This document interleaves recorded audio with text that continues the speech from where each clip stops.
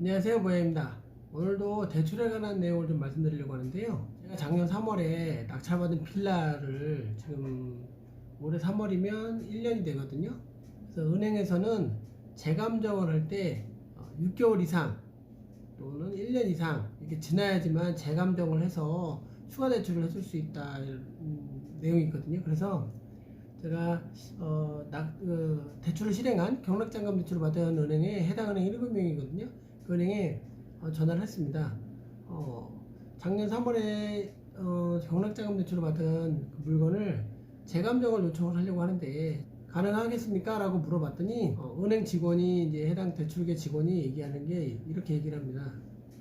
저희가 그 최초에 인용한 감정서는 3년 동안 인용을 합니다 라고 하더라고요. 그러니까 처음에 대출받을 때 받은 그 감정평가서가 있잖아요. 그 평가서를 자기네가 3년간 사용을 한답니다. 그리고 3년 후에 재감정을 할 수 있다 한다. 그러니까 다시 감정평가를 해서 그거에 대해서 대출할 수 있는 여력이 있으면 대출해주고 안 되면 안 하고 이렇게 한다, 이런 내용이더라고요. 근데 이거를 제가 왜 말씀드리냐면 지금 아파트가 많이 가격이 올라가고 있잖아요. 뭐 고점이니 뭐니 뭐 이런 내용들이 많잖아요. 이제 그거는 이제 논외로 하고, 어떤 내용이냐면 뭔가 투자를 할 때 아니면 집이 없어서 자기 집을 실거주하려고 뭔가를 집을 이렇게 구매를 할 때 대출을 하잖아요. 우리가 주택담보대출, 주담대라고 하잖아요. 대출할 때 본인의 소득 대비 몇 퍼센트를 원리금으로 지출할 걸 감안하고 하시는지 그걸 좀 여쭤보고 싶어요. 제가 기준을 잡고 있는 거는 내 소득, 가계 소득, 우리 집의 전체 소득에서 30%를 안 넘기는 선에서 저는 대출을 하려고 하거든요. 30%라는 게 이자가 아니라 원리금으로. 이자만 나가더라도 이자만 계산하는 게 아니라 원리금으로 계산합니다. 첫 달부터. 원리금으로 계산했을 때 그 돈이 우리 집의 소득에, 우리 집안의 소득에 30%를 안 넘긴 선에서 저는 대출을 실행합니다.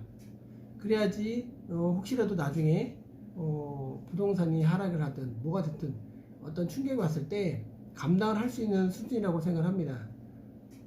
오늘 은행에서 그 3년이라는 말을 들었을 때 느낌이 오는 건 이겁니다. 만약에 지금 1년 됐으니까 2년이 더 지난 다음에 가치가, 제가 보유한 해당 부동산의 가치가 현저하게 떨어졌다고 생각해 보세요. 은행에서는 당연히 대출한 대출금에서 상환을 하라고 할 겁니다. 전체 상환을 하라고 하든 아니면 그 하락한 분만큼 상환을 하라고 하든 할 겁니다. 근데 만약에 내가 돈이 없다면, 그 순간에 그 대출금 상환할 만한 여력이 없다면 말 그대로 경매로 넘어가는 거죠.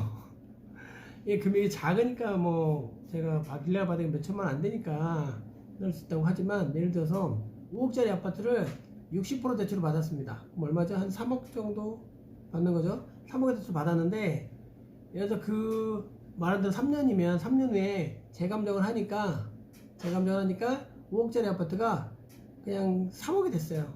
그래도 당연히 2억이 하락을 했으니 60% 비율로 맞추면 1억을 상환하라고 할 거 아니에요. 3년이 딱 지나니까 은행에서 하락을 했으니 1억 원금 3억 대출 중에 1억 원을 상환하세요 라고 만약에 온다면 갚을 수가 있으세요? 만약에 제가 얘기하는 거예요. 갚을 수가 있으세요? 원금을? 아마 좀 힘드실 거예요.